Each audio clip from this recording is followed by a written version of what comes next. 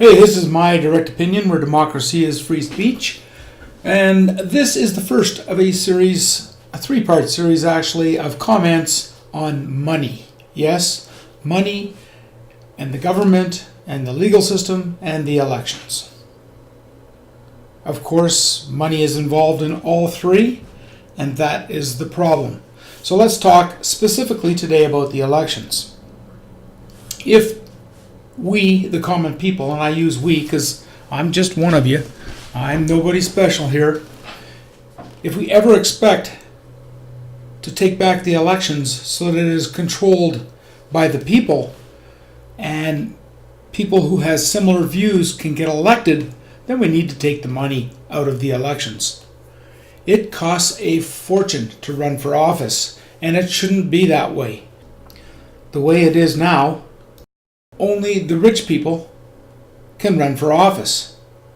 And that's not doing us any good. It's been proven over years and years and years of elections, well, since the beginning of either Confederation in Canada or the joining of the states into the United States of America. The elections just are corrupt because there's just too much money involved.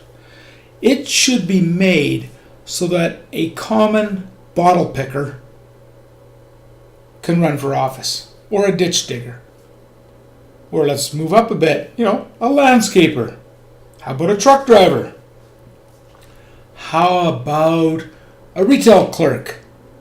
You see, none of these people can really run for office because they have to raise too much money. So here's how we do it. Elections must be changed. It has to be made so that it doesn't cost a lot of money to get elected. In order to do so, we have to restrict how elections are held.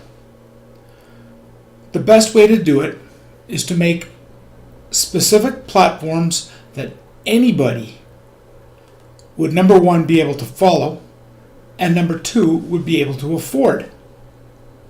What do I mean by this? All right, so this is just an example, and of course, obviously, it's going to have to be adjusted somewhat, so don't shoot me down. But I want to really simplify it. Let's say there is an election for a state or a province. Then everybody who wants to run in the elections has to pay, say, a nominal fee of $100. Have a few people have to sign it. But more specifically, they don't need millions of dollars to run around the province campaigning. What you do is you set up, and this is just a number, 10 campaign stages.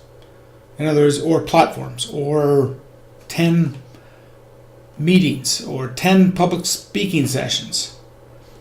And what happens is you can only campaign on these set number and set places for your campaign. Now this applies to everybody. Now, I don't care, they don't have to be there all on the same day, but here's the deal. You get 10 chances to convince the people at 10 locations to vote for you.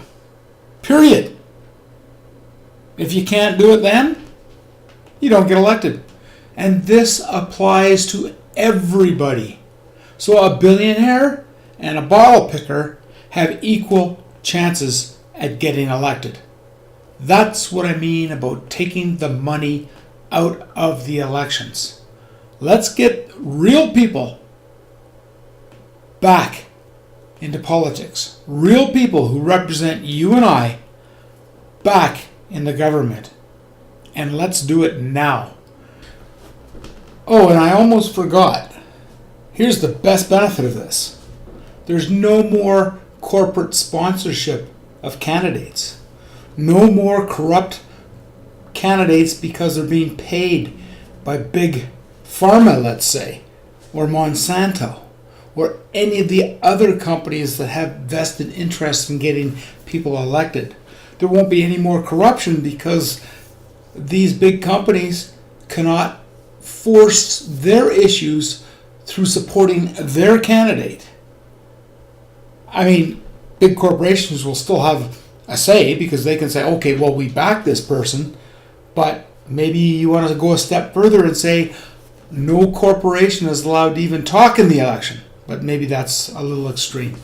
At any rate, it's an idea to start kicking around. That's all it is. Just an idea. Take the money out of these elections.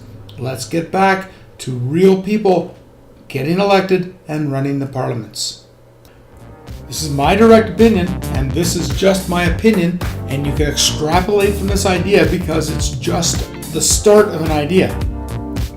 But take the money out so anybody has the opportunity to get elected.